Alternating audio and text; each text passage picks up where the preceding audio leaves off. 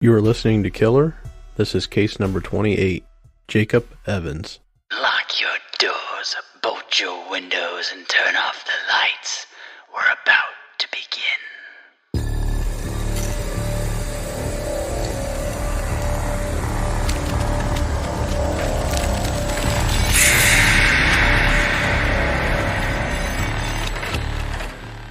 Jacob Jake Ryan Evans was born on May 22nd, 1995, the third child of Daryl and Jamie Evans. His other siblings, from oldest to youngest, are Emily Coletti Evans, Audrey Elise Evans, and Mallory Evans. He grew up in an affluent neighborhood in Aledo, Texas, and attended Aledo High School up until January 2012, where he withdrew and began homeschooling, along with Mallory, who had begun homeschooling 2 years prior. His family lived on 2 acres in a gated community, and his mother was herself a public school teacher and assistant principal for 15 years. They attended a Methodist church in Aledo for years, but recently changed to a Catholic church. Former classmates of Jake described the teenager as the nicest kid, albeit quiet and shy. Evans was 17 years old when he called 911 on the night of October 4th, 2012, and told a dispatcher he killed his mother, Jamie Evans, and 15-year-old sister Mallory Evans. In the 20-minute recording, Evans describes exactly what he did and partially why, saying he felt they suffocated him, but he had been planning to kill somebody for quite some time. Parker County 911, where is your emergency? My house. What's the address? 152 River Creek Lane. Okay, what's the emergency? I just killed my mom and my sister. What? I just killed my mom and my sister. You just killed your mother and your sister? How did you do that? I shot him with a .22 revolver. And what is your name? Jake Evans. Jay Evans? Jake Evans. Are you sure they're dead? Yes.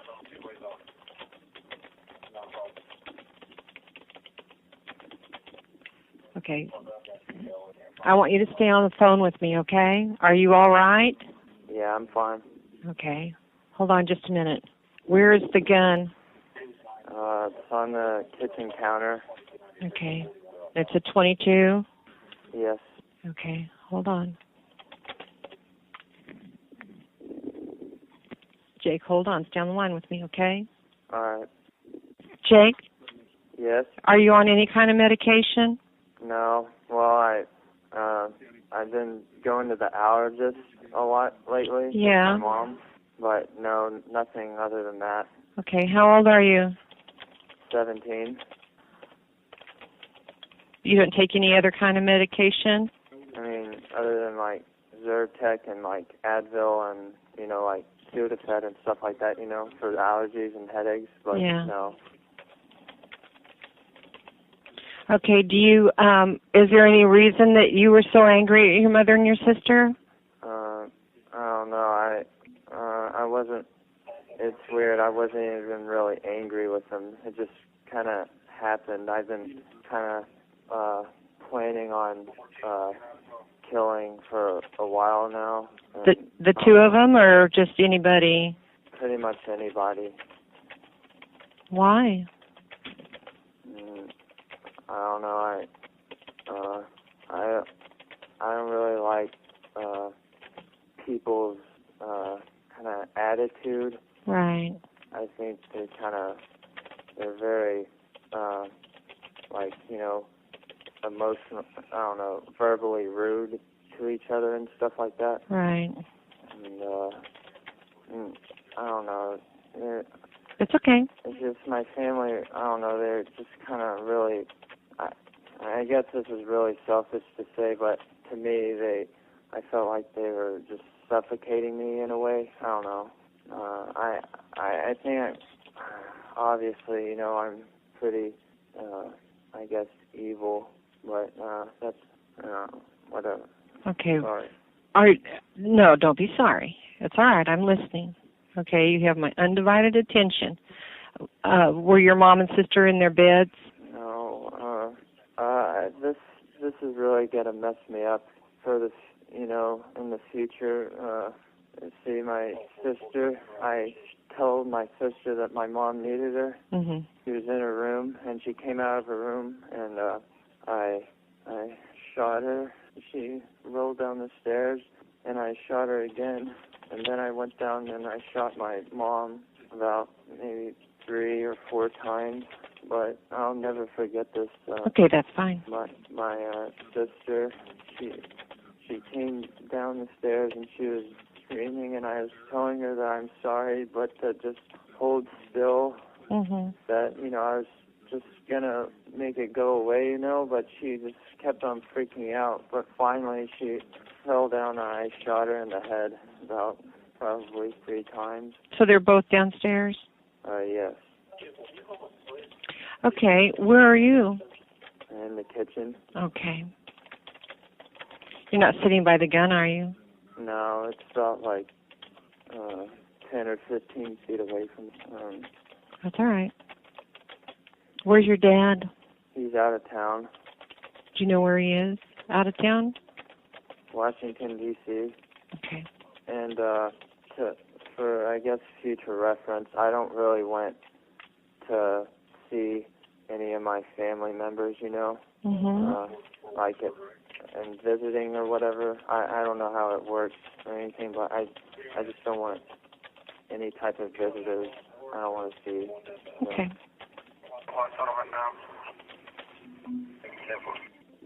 Where do you go to school, Jake? Well, I used to go to Leo High School, but Mhm. now I'm kind of being homeschooled. Yeah. So there's just you and your sister and your mom and dad in the house live Well, there? no, my dad's out of town. Well, yeah, but normally it's just your mom and your Oh. sister and your dad and you.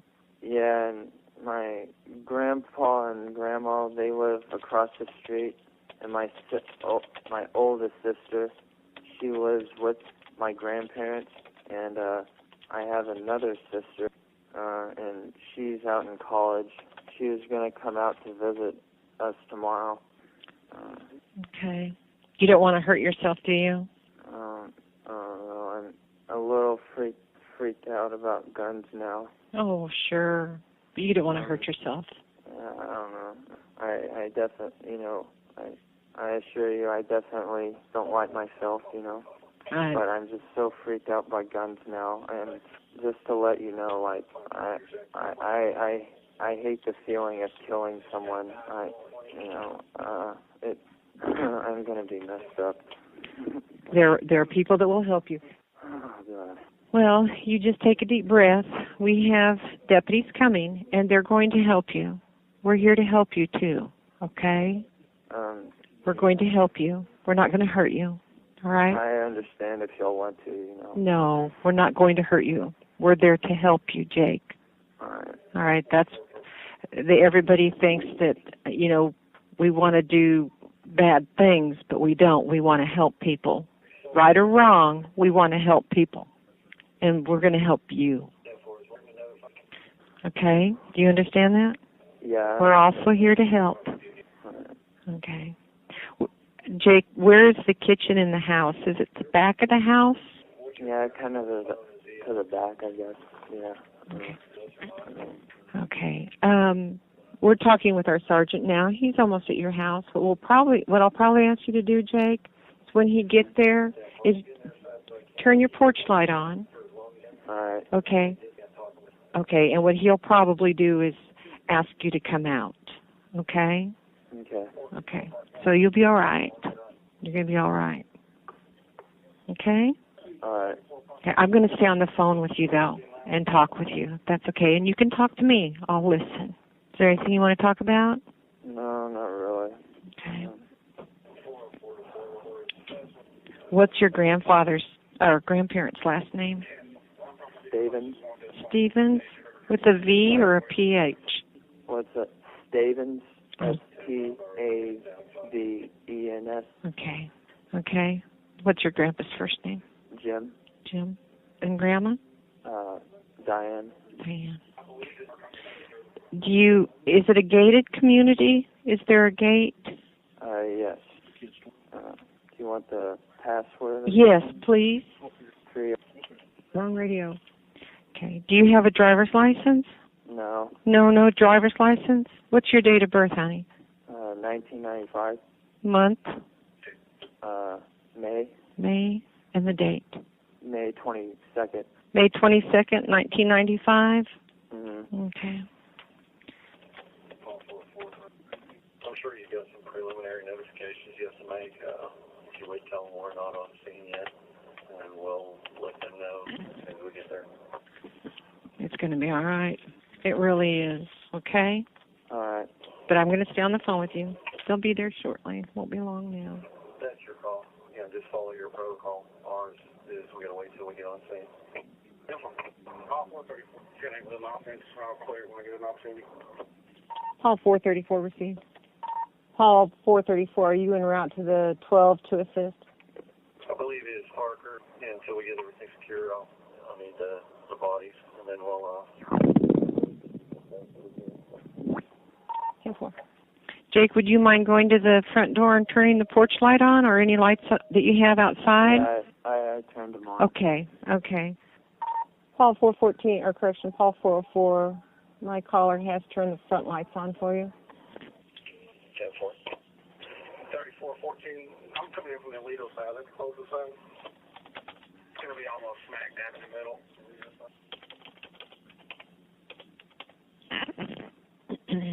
Are you okay, Jake? I'm just thinking about my sister. Yeah. How old is she? She's 15. 15. She was, I don't know. She had a really sweet side, but she was kind of racist and I don't know, kind of rude to me sometimes. I guess. Yeah. Oh man. How long ago did this happen, or how long ago did you shoot your sister and mom? Just a little while ago? Yeah. Like when you called? 30 minutes. About 30 minutes ago? Yeah. About 30 minutes ago. Okay. You'll be all right, Jake. Okay? You'll be all right. I'm like really worried about like nightmares and stuff like that.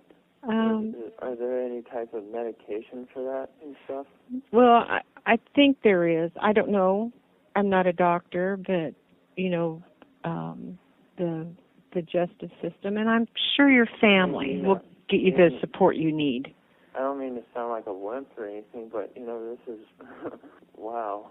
I've never done anything violent in my whole life. You don't sound like a violent person. No, you don't.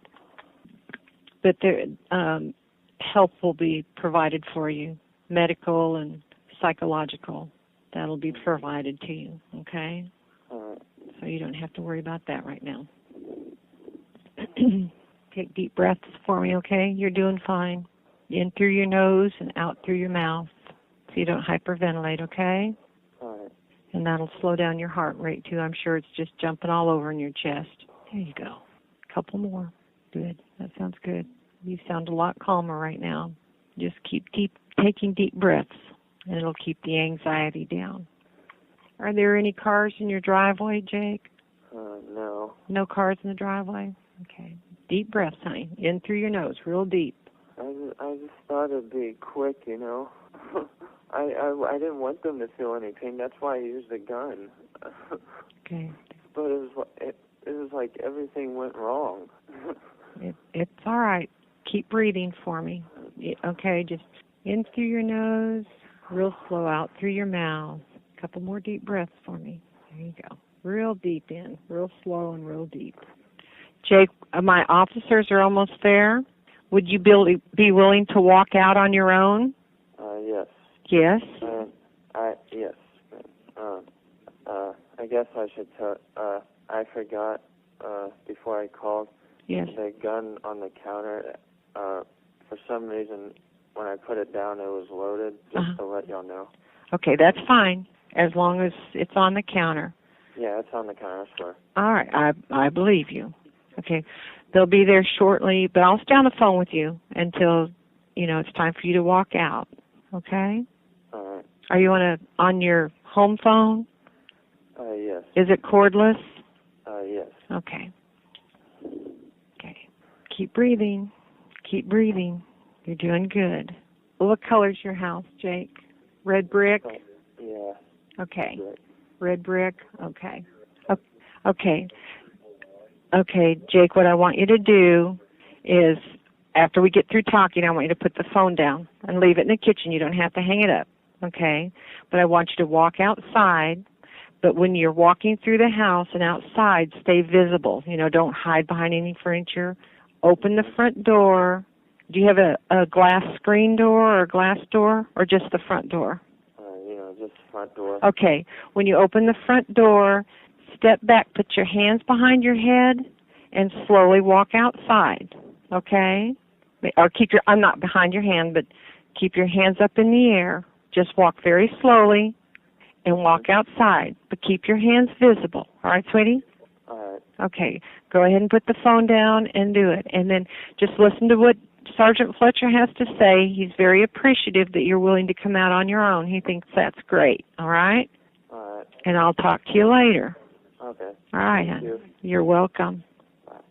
On October 4th, 2012, following the 911 call, Jake provided a voluntary statement to authorities, and it read as follows. I had just got home from the allergist and having lunch when I started watching Rob Zombie's Halloween. In the movie, a 12-year-old boy murders his stepfather, sister, and his sister's boyfriend. It was the third time this week that I watched it. While watching it, I was amazed at how at ease the boy was during the murders and how little remorse he had afterward. I was thinking to myself, it would be the same for me when I kill someone. After I watched the movie, I put it back in the case and threw it in the trash can so that people wouldn't think that it influenced me in any way.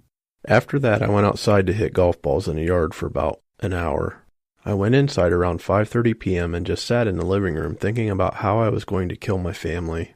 My plan was to kill my sister and my mom at my house, then go over to my grandparents and kill my oldest sister, Emily, and my 2 grandparents. Then I was going to wait until morning and kill my other sister, Audrey, because she was visiting from college. After I got up from the couch, it was between 6 and 6:30. My grandma had called my mom to ask if I wanted to go to the cleaners with her. I went, and while we were in town, we got dinner. We made a quick stop at the post office, then she dropped me off at my house. I took my dinner to the pool house and watched Family Guy for a little bit. I went back in the house and saw that my mom and sister were watching the debate. I went outside again to swing freely with my golf club. Around 9 p.m., I went upstairs in my house to watch Family Guy. About 10 minutes later, my sister came upstairs and asked if I wanted to watch a movie. I said no because earlier that day, at the allergist appointment, she made racist comments about a black worker that was mowing the grass. She said, quote, "Ha, that black guy looks like a monkey," unquote. In the past, Mallory had always said racist comments like that and would also make fun of homeless people. I scolded her for what she had said and told her that she was becoming white trash. We continued arguing in the doctor's office, and when we got back into the car, I told her to look up the word lynching and to see if she had the same opinion about black people.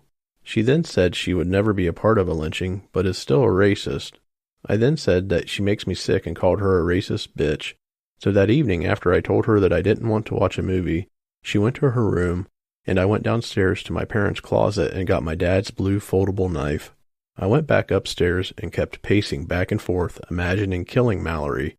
Thoughts of causing her pain kept entering my mind and were really bothering me. But then I'd think about the times she hurt my feelings or really pissed me off. So finally, around 9:30, I knocked on her door and asked her if she wanted to watch Waterboy. She said yes, and sat on the couch beside the sofa I was on. I told her that I was going to the art room to get a pen. When I was in the art room, I stood there again, imagining killing Mallory. After 30 minutes, I finally went in the room and sat on the sofa with the knife in my pocket. I sat for about 5 minutes, and then playfully threw a pillow at Mallory. We started having a pillow fight in the room. After a while, I thought to myself that if I were to kill my mom and Mallory, I wouldn't want them to feel anything. So I decided to kill them both with a .22 revolver I stole from my grandpa. I told Mallory that I needed to go downstairs for a little bit. After I saw that my mom was in the study, I went to my closet and picked up the pistol. I set it on the bed and was nervously opening the cylinder over and over again.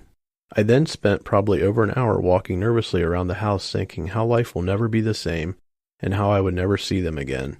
Around 11:15, I went upstairs with the pistol and stood there for about 5 minutes. I knocked on the door and told Mallory that Mom needed her. She came out, and out of the corner of her eye, she saw me pointing the gun at her. She thought I was joking and told me that I was freaking her out. I shot her in the back, and then the head. I ran down to the study and shot my mom 3 times. In shock, I ran to my room and was screaming at the top of my lungs that I am really messed up, that I killed my mom and sister. As I emptied the shells on my bed, I heard noises and realized that Mallory was still alive. While I loaded the gun back up, I was shouting that I was sorry and then ran as fast as I could to kill her. I then made sure my mom was dead and shot her again in the head. After the shooting, I walked outside for a few minutes and then came back inside. Very shocked and scared, I placed the gun on the kitchen counter, walked into the living room, and dialed 911. When I look at people, especially teenagers, I see them as being very cruel to one another emotionally. It seems that their favorite hobby is picking on someone else. The people who are racist, bullies, and who are full of themselves are the really evil ones. And it amazes me because those 3 qualities are extremely common today. I was very sad because I felt my own family were becoming the people I hate. I know now that I am done with killing. It's the most dreadful and terrifying thing I will ever experience. And what happened last night will haunt me forever. Signed, Jake Evans. Jake Evans, age 19, pleaded guilty in a Parker County courtroom to 2 counts of murder.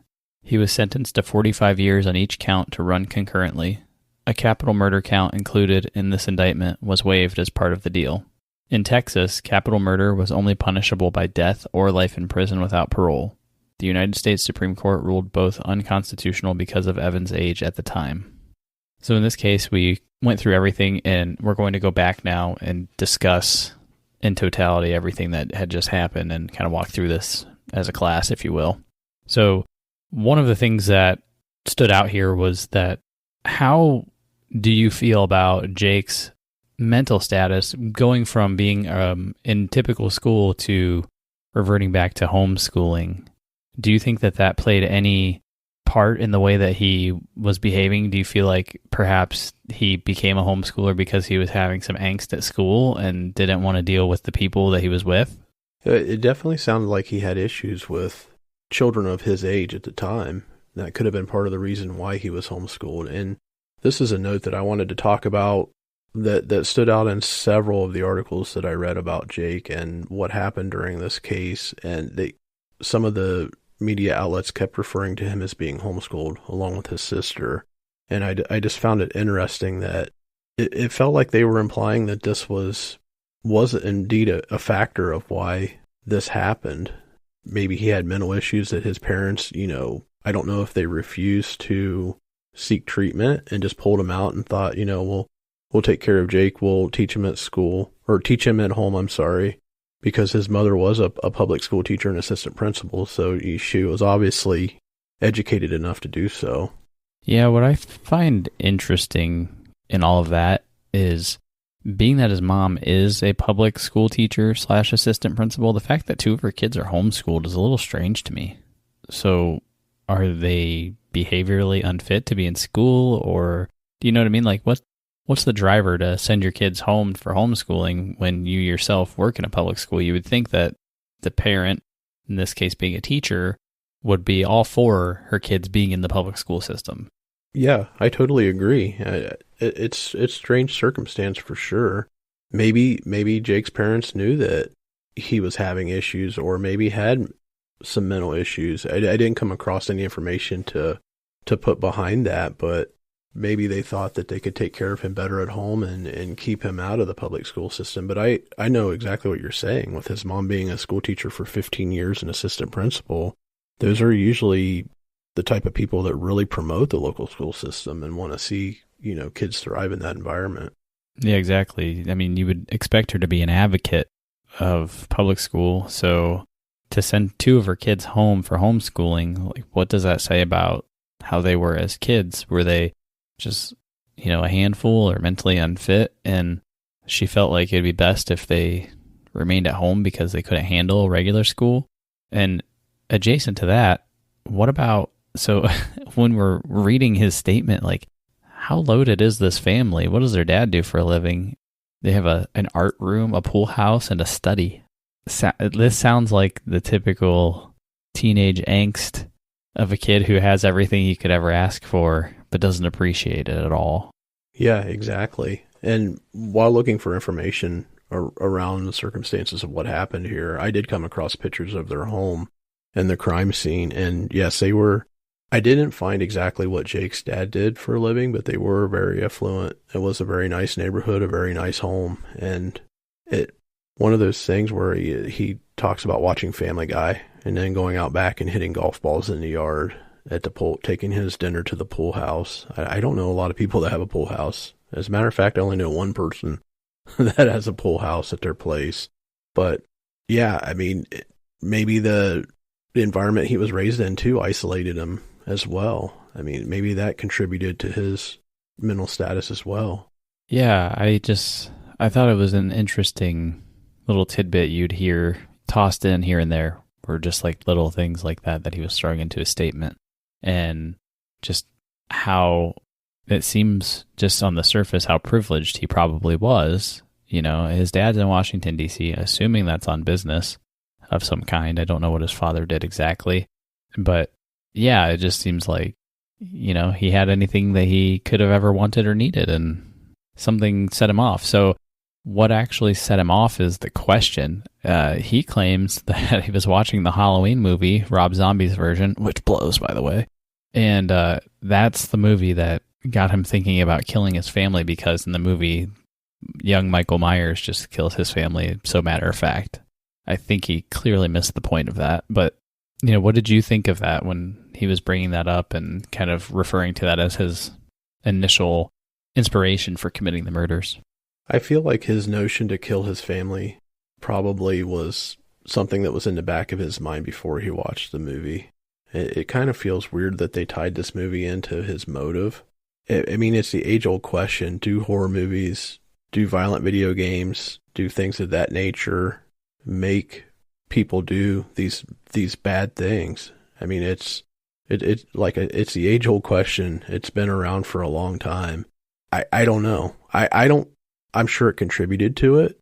He might have felt like it was going to be easy to do by watching what was happening there. But to me, if he couldn't formulate in his mind that it was still, you know, really terrible, something you should never even think of doing, I think there was something wrong even before the movie, honestly. Yeah, I mean, there had to be. There's no way that you go from watching a movie to I'm going to commit murder. You know how many millions of people watch horror movies and don't turn around and go slaughter their whole family? Something's just not right. And he mentions that, you know, up until that point, like his sister was doing a bunch of things that were really irritating him. But in his initial plan, he was talking about basically wiping out his entire family, but he never mentions his dad, which I thought was kind of interesting. But it was like his grandparents and all of his siblings, and he had a plan to just wipe them all out. And that part I found interesting, because if you go read some forums and message boards regarding this case, some people's thoughts were he was setting up this 911 call with the way he would say certain things in order to make it seem easier on him later. You know, like, I'm going to be messed up from this forever, or I don't like guns, you know, whatever, that he was saying in that call. And he had a whole plot to take out the rest of his family. So I don't necessarily buy that he was setting that up, I guess is what I'm going to say. What do you think about that? No, I agree that it didn't feel like he was setting it up. I mean, I think he had full intentions of killing the rest of his family, but like you said, he's setting it up in the call to maybe make himself feel at ease later on. But after he killed his mom and his sister, he realized, you know, just how horrible it was. I have a feeling, just listening to him describe the way that it made him feel when he killed his parents, that this kid had never probably shot a gun. Maybe he had, but he definitely doesn't sound like the type of person that may have never went hunting with his dad or his grandfather or something along that lines, because he didn't know once he pulled that trigger and killed his mom and his sister, and what it felt like to kill someone or something. I believe it did really mess him up. I think he was messed up before, you know, this whole thing went down. But once he killed his mom and sister and saw the aftermath, and then heard noises coming from Mallory, and then had to turn around and reload the gun and shoot both of them again just to make sure they were dead, he came right out and said, I'm done with killing. This is going to terrify me for the rest of my life. And thank goodness it stopped right there, because he said he wanted to kill his other two sisters and his grandparents. But after he saw the first two, he just couldn't bring himself to do it. Clearly he became messed up in the head enough to let this movie really help push him over the edge. But at the same time, once he actually did it, he has enough of a soul, I guess, or conscience to feel like, whoa, this was not what I was expecting. Because, you watch this stuff in the movies, right? And someone gets murdered in a horror flick and they go down and they're done. And in a lot of cases in real life, I don't think that's really how it goes. I mean, think about how many times you've stepped on a spider and the thing's still wiggling around for a second or two, and then it goes, Imagine what a person does. Probably very similar. You get a lot of weird gurgling and twitching and all this like stuff that they don't show you in the movies necessarily. And they make it seem a lot more quicker and painless than it actually is. And, his sister starts suffering in front of his eyes, and he's like, oh, shit, what did I just do? Exactly. And when he had to go back and shoot his sister a second time, he said he was screaming at the top of his lungs, possibly hoping that he could hear her saying, I'm sorry, what I've done. But then he still proceeds to finish her off. It's just really twisted. And I completely and totally agree. For him to say that he wanted to kill his mom and his sister and didn't want them to feel anything is kind of crazy too. That goes back to my point of maybe he had never shot a gun, or maybe never went hunting and killed something, because there's still an obvious amount of pain for that few seconds when you're shot. Depending on where and how you're shot, the movies definitely depict something totally different from reality, I guess is what I'm saying. You hit that spot on. Yeah, and that's just what they're supposed to be. They're movies, they're entertainment. They're not meant to be like hyper realistic in that regard. The story is supposed to be compelling, and what makes a compelling story? Not watching somebody tortured for the vast majority of people. You know what I mean? So they're not going to show that. In this case, obviously he can't separate fiction from reality, and he's having a hard time coping with that. You can hear in the 911 call. So let's just talk about that for a few minutes. The 911 call is pretty interesting because when he calls in, he's basically like, he's ratting on himself, obviously, but he sits there and, he's so monotone the entire time. And he has this way about the way that he's speaking where everything comes off so matter of fact. But I actually buy the fact that he was really messed up from what he had just witnessed. Did you feel the same way? I definitely did feel the same way. I think it really did mess him up. And it's crazy to think, during that 911 call, he gave a very good description of where his mom and sister were when he shot and killed them. And you have to believe that they were within his line of sight from the kitchen. While he's on the call, he could have possibly been looking at his sister dead at the bottom of the stairs. And that visual to him while he's on the phone, I envision him on the phone talking to the 911 operator, and he keeps looking back because he had to shoot his sister a second time to make sure she was dead. But I have a feeling that he was probably, doing that double check over his shoulder to make sure she was still there. And then just a combination of all factors really, really, really messed him up. And I don't know if that's what drove him into that monotone state of, hello, I killed my sister. This is really going to mess me up. I must be evil. He never changed pitch or tone or anything. It was so strange. Yeah, it was very, very strange, the entire call. Even when he starts feeling like he's distressed, it just doesn't, his inflection doesn't change hardly at all. And that was really interesting. And a few notes I took out of that 911 call, the one, thing that he says to the 911 operator is that he didn't like the attitude of people. In his statement, he says that too.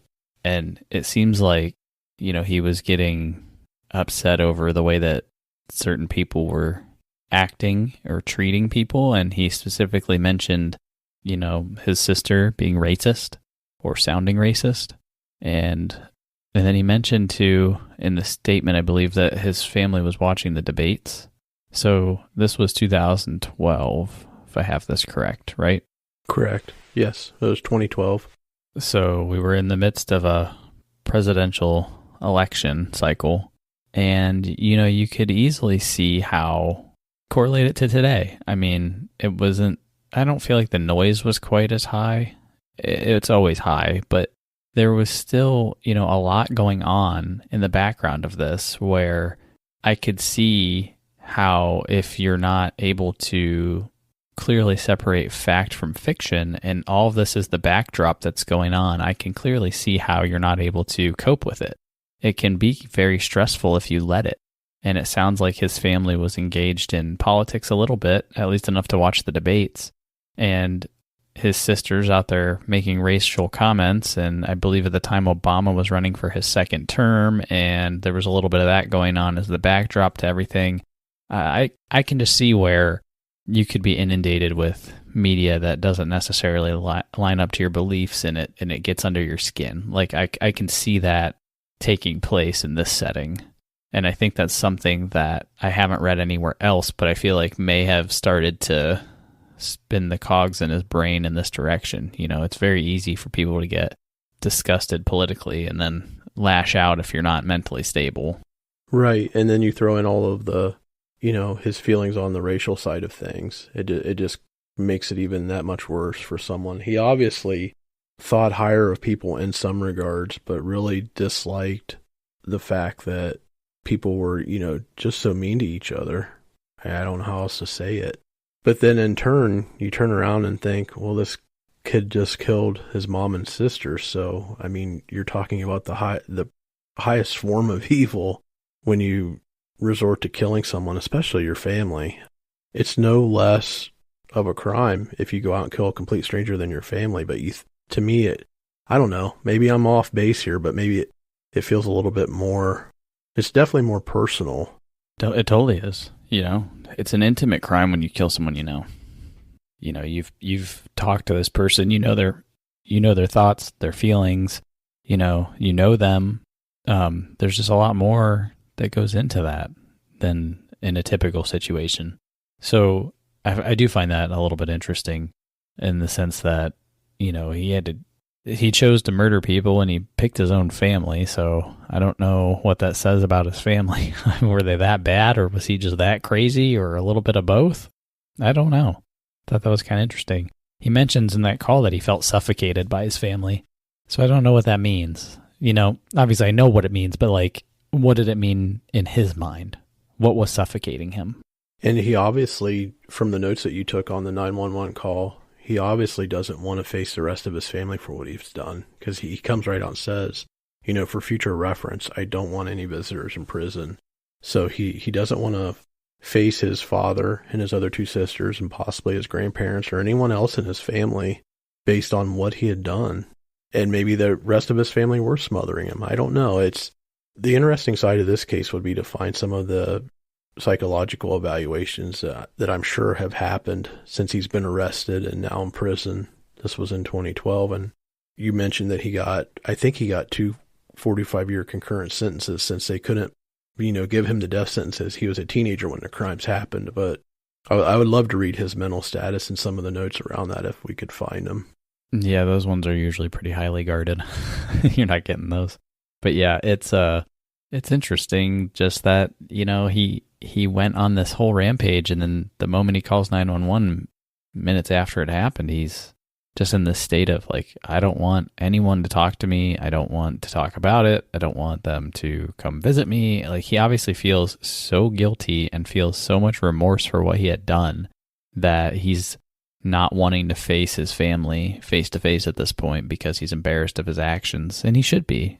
He totally should be. So that tells you there's a little bit of something behind the eyes, but he still managed to lose it for a minute, which, I think if everyone is honest with themselves, every one of us has kind of lost it in some way or another. And, it doesn't manifest in killing people, but it does manifest itself in other ways. We've all kind of just gone over the edge here or there. And for him, it was just this whole thing feeding this anger in him that he was having. And he obviously had no way of letting it out, at least in his mind. Sounds like he wasn't channeling his energy in a way that was productive. And, that's a big thing with people in general. And just want to take a moment here to mention, if you're feeling anxious or if you feel like you're having a hard time coping with things, two things that are immediately in your control that are somewhat easy to get a grasp on to help you feel a little bit better is your diet and exercising. And it sounds really stupid, but the way that we've become so sedentary in this country and the junk that we feed ourselves, it's kind of a downward spiral into feeling like crap. So, those two things can easily help you snap out of it. Give it 30 days, clean up your diet, get some exercise, see how you feel. You'd be surprised at the difference in your mental state. No, I agree with what you're saying. Take care of yourself. I think it's all part of feeling better about yourself. You and I both work in IT for a living, and I've worked from home before the pandemic hit. And part of what makes me feel normal every day is exercising and eating right. Obviously I have an occasional, cheat meal or something like that, or eat something I just really want to eat. But in general, I eat very, very healthy and I exercise 5-6 days a week. And the reason that I do that is because I've noticed when I don't, and then I go sit at a computer for 8 to 10 hours a day, I feel terrible. I don't feel like myself, and if I don't feel like myself, then I'm grouchy or angry towards my family. And it's something that I notice when I don't do it, I feel way different. And it's an improvement in my life in a positive direction. Now, I don't think I'd ever go postal on my family here, but you never know, right? Well, let's hope not. Yeah, I'm totally kidding, but still, yeah. I mean, it's just one of those things. I noticed an appreciable difference in the way that I feel mentally and physically doing those things. So, saying those things and with discussing those things, back to this case with Jake Evans too, though, how do you feel that a mental status changes over time once you've had time to resonate on something like this, something that's so personal and so close to you that he was 17 years old when this happened, 2012, at 8 years. He's now 25, 26 years old, spent a lot of time in prison. He's had a lot of time to definitely think and probably had lots and lots of meetings with therapists and things like that. Do you think time heals? I guess is what the question I'm trying to allude to. I do. I mean, I think that time can heal, but also I think that if you don't have the proper mechanisms for dealing with this kind of trauma, something can easily set you off. Much like a drug addict where they get out into the world after recovery and something, a pattern from their life that they once did, comes back and then it sets them back in that mode and they relapse. I'm not necessarily saying that Jake could turn around and relapse and go wipe out the rest of his family, but I think that in his case, maybe the relapse is feelings and he has a hard time dealing with the feelings. Because I think that if you're traumatized by wiping out part of your family, that's probably some major trauma that you're going to be strapped with for the rest of your life. And if he doesn't know how to cope with it effectively, he could easily be set into depression or maybe commit suicide or something of that nature. You know what I mean? Where are you at on that? Absolutely, I agree. Really, serving time, and we've alluded to this time and time again. How much does prison really rehabilitate someone? He's grappling with his feelings. Not that I'm advocating for what he done to his family, but now he's in a prison setting. He's around some, probably some pretty nasty individuals, I'd imagine. And it's not really a good setting to sort out your feelings, that's for sure. I mean, 45 years, just think of that. 17 years old, you commit this crime. You haven't even finished high school, and you're immediately thrown in prison to spend essentially what is the rest of your life. You've never experienced, having a job or doing anything, going to college, normal everyday life, never going to be married. Well, I mean, you can get married in prison, but it's just crazy for me to think about. Yeah, you're right. I've lived a lot of life since I was 17. I mean, there's been a lot of stuff that I've done since then, and I couldn't imagine not having done that now. And you make a great point that I never really thought about. But yeah, at 17 years old, he threw away his entire life. And I don't know. But I will say this, maybe it's all one giant setup and he's been playing us this whole time, and that he's about to break out of prison and come back wearing the white mask and stalk his entire town on Halloween night. Stay safe.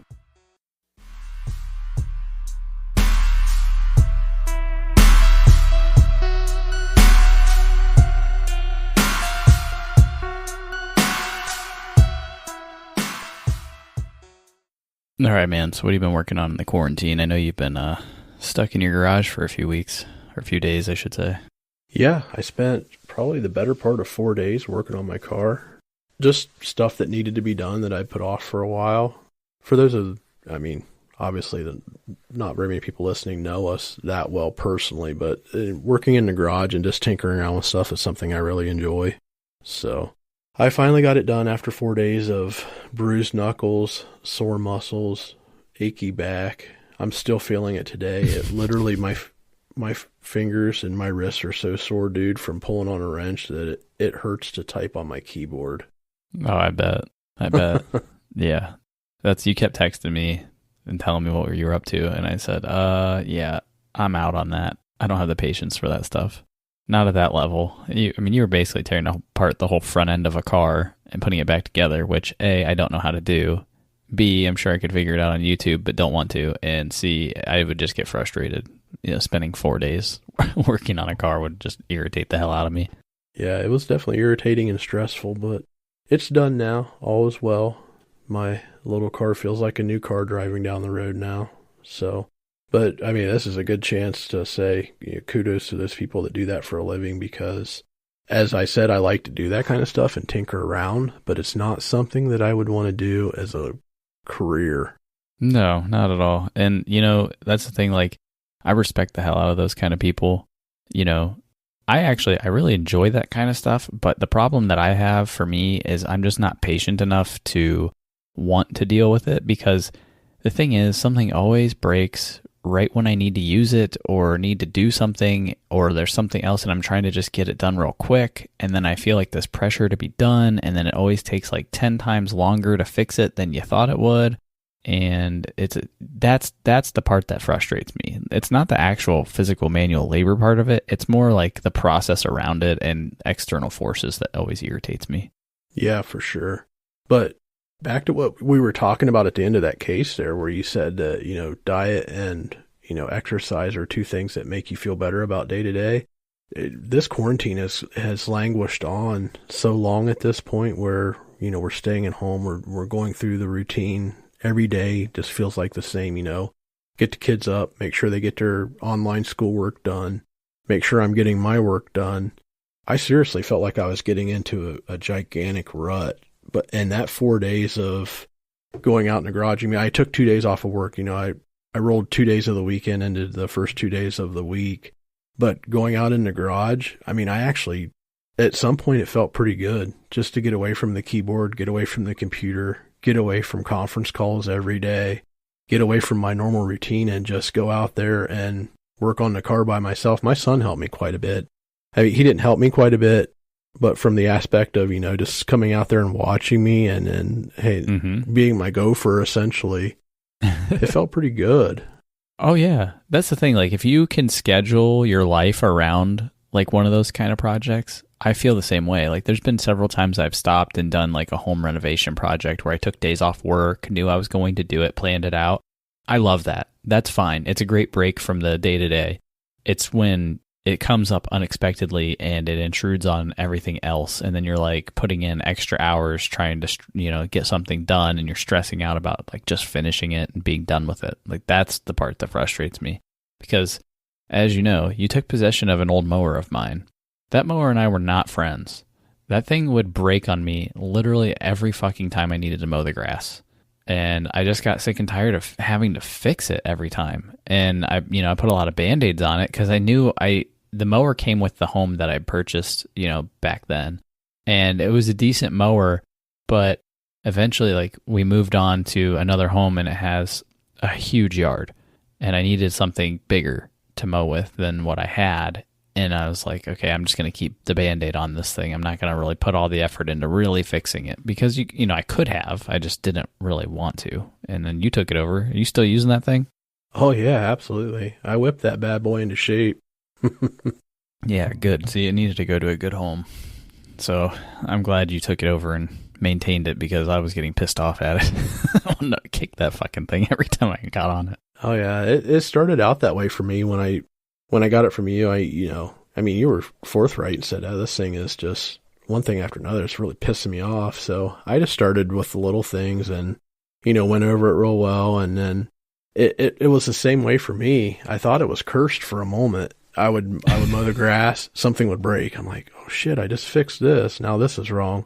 And yeah. I kept going and then eventually got to the point where now it fires up every time. I haven't had any trouble with it for probably, I don't even know how long I've had it now, but this mowing season's been great. And the end of last season was really good. So, I took the liberties of adding a few different things to it too, because I know that it wouldn't start with a key. That was a problem. So I'm like, you know what? I really don't want to fuck with the electrical and taking the ignition out. So I wired up a push button start and bypassed a bunch of stuff. But that was more or less. Yeah, there you go. That was more or less something like, hey, I saw this on YouTube. Can I do this myself? And I tried it and it worked. I'm like, oh, holy shit, Sweet. This is great. I love when that worked. Actually, I had something similar, but on a way smaller scale happen yesterday. So this is the life of quarantine people. My son had inherited a toy from 1992 from my mother-in-law, and it was this play school Frankenstein. And he's probably like, I don't know, 1.5 feet tall. And it's pretty big, thick, huge ass Frankenstein. It's pretty cool looking. And if you open up its chest, it has like gears inside of it and a little heart and like an electrical flip switch on it, and it makes noise and stuff, but it never worked. And we were messing around with it, and he's been playing with it the last couple of days. And we had tried batteries in it, new batteries, right after we got it, and it wasn't working. And I thought to myself, because the batteries had corroded in that compartment, I was like, you know what? There's got to be a way to like remove this corrosion to make those contacts work again. Because I bet you that's all that this is, and it'll work as soon as I get that cleaned. And sure enough, hit YouTube for a second. I'm like, I bet, it's probably a baking soda solution of some kind. And sure enough, that's exactly what it was. And hit it up with a little old toothbrush and put some batteries in it. And bam, that sucker started working. And he was so pumped. I'm like, all right, nice. Another win for quarantine. Yeah, definitely. I don't remember that toy from 92, but I've got a bunch of my old stuff from when I was a kid that my son will eventually inherit. He's actually wanting to decorate our office with it, but we'll see. I've still got it boxed up. Yeah, well, the other item that's fascinating during quarantine is I've mowed my yard probably 3 or 4 times as we're recording this. This is May 9th. And it is fucking snowing outside right now. Like, collecting on the ground snow. Yeah, I was just going to mention that Thursday I mowed my grass. I got the trimmer out. Everything looked perfect. I've had my lawn treated once already. I mean, it looked like the perfect manicured yard. And then come to today, and like you said, I was going to mention it as well. It is, tomorrow's Mother's Day as we record this show, and it is fucking snowing. Freeze warning, polar vortex. Oh my gosh, dude. What the fuck? It's the worst. It's the worst. Yeah. I'm starting to believe all these conspiracy theorists that say that we're in the beginning stages of the end of the world with coronavirus and lockdown and just everything. No kidding, man. No kidding. Well, it is what it is. Oh, one other quarantine project that I finished just real quick. I got the motorcycle. Also was a garage project. It's ready to go. So it needs to quit fucking snowing. Yeah, I don't have any fun toys like that. I'd probably kill myself on a motorcycle. I'm really just, what I'm looking forward to is probably next year, maybe getting a truck, I think is what I'm going to try to get. I've been wanting one forever. I have a lot of projects around here that I could benefit from being able to actually haul shit around. And yeah, that'd be fantastic. Dude, so the one thing that I've had an issue with lately too is there's been a run on play sets apparently online, and you cannot order them anywhere. I was looking for one. I found one on Sam's Club I was going to order. Then I waited a night I looked, it was gone. Went to Wayfair. Wayfair was having a sale on them. I wanted to talk to my wife about the one that I thought we should get. And by the time I found it, like during work hours at like around like noon, 1 o'clock, and the time I got off work at like 4 or 5 o'clock, and then I went over and we put my son to sleep that night, and it was probably like 8 o'clock. I was like, all right, let's pop on here and order this thing. It was sold out. Right. And I can't find them anywhere. They're all gone. Everywhere. Now, are you talking about kind of like the wooden play sets with the swings and the slides and kind of like some of the jungle gym stuff for the kids to play on in the yard? Yeah, I'm talking about a giant clusterfuck of a project I'm about to get myself into. Speaking of headaches. Hit me up after we're done. I might have a reference for you to find one, but you triggered me there with what you just said because Wayfair, you are on my fucking shit list, you motherfuckers. The same thing happened to us. My daughter's birthday was the end of April, and quarantine, it's almost impossible to get anything shipped right now in a decent amount of time. Even Amazon Prime is shot to shit right now. But we decided we were going to buy a new trampoline for my daughter for her birthday because the one that she has now is just about, ready to be recycled and thrown in the trash. Mm-hmm. So we find this really nice trampoline, a huge trampoline, and all the accessories for it on Wayfair. There were 2 left according to what was on the website. Mm-hmm. We order the trampoline and the stuff that we need for it. A week later, and this is 2 weeks out from her birthday, we thought we would get it in plenty of time, and it's projected to be delivered, the day before her birthday. And a week after we placed the order, we canceled your order for no reason whatsoever. Oh, no. I was so pissed. And it took them a week to tell us that. So then we're scrambling to find her stuff for her birthday a week out and get it shipped on time. So frustrating. Damn, man. But my wife, she found a couple other things on Wayfair, and she ordered them. She paid for the expedited shipping to make sure they're here on time. Guess what? They showed up 2 days after. So You got your money back on that shipping, though, right? Oh, absolutely. I called and ripped them a new ass. They have pretty good customer service. We had an issue, too, where we ordered something and it like got delayed or damaged in transit or something, and then they had to ship us something else, and it just like took forever. But then the second time they shipped it, it came really fast. Yeah.